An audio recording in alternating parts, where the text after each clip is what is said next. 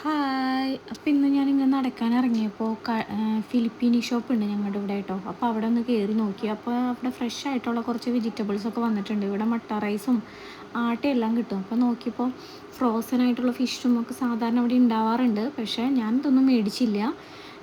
കുറച്ച് കപ്പ മേടിക്കാമെന്ന് വിചാരിച്ചു. കുറേ നാളായി കപ്പ കഴിച്ചിട്ട്. അപ്പോൾ അത് മേടിച്ച് ഇന്ന് ട്രൈ ചെയ്ത് നോക്കാമെന്ന് വെച്ച് കപ്പ കൊണ്ടുവന്നപ്പോൾ തന്നെ വേഗം അത് കട്ട് ചെയ്ത് വേവിക്കാനായിട്ട് അടുപ്പത്ത് വെച്ചു.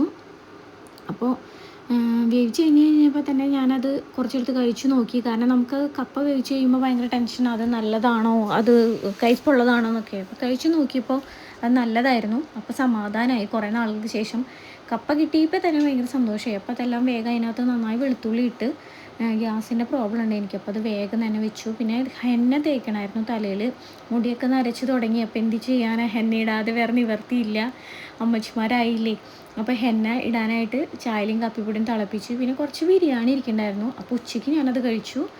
അതിനുശേഷം വൈകുന്നേരം കപ്പ കഴിക്കാമെന്ന് വിചാരിച്ചു. കപ്പയും പിന്നെ കക്ക റോസ്റ്റ് വീട്ടിൽ നിന്ന് കൊടുത്ത് വിട്ടതുണ്ടായിരുന്നു. അപ്പോൾ അതും കുറച്ച് മീൻചാറ് ഇരിക്കുന്നുണ്ടായിരുന്നു. അതും കൂടി മിക്സ് ചെയ്താണ് ഞാൻ കഴിച്ചത്.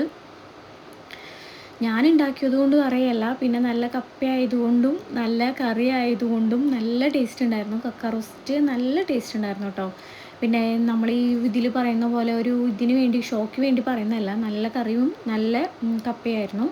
അപ്പോൾ ഇന്നത്തെ എൻ്റെ ചെറിയ വീഡിയോ നിങ്ങൾക്ക് ഇഷ്ടപ്പെട്ടെങ്കിൽ എൻ്റെ വീഡിയോസ് സപ്പോർട്ട് ചെയ്യണം, സബ്സ്ക്രൈബ് ചെയ്യണം. Bye bye.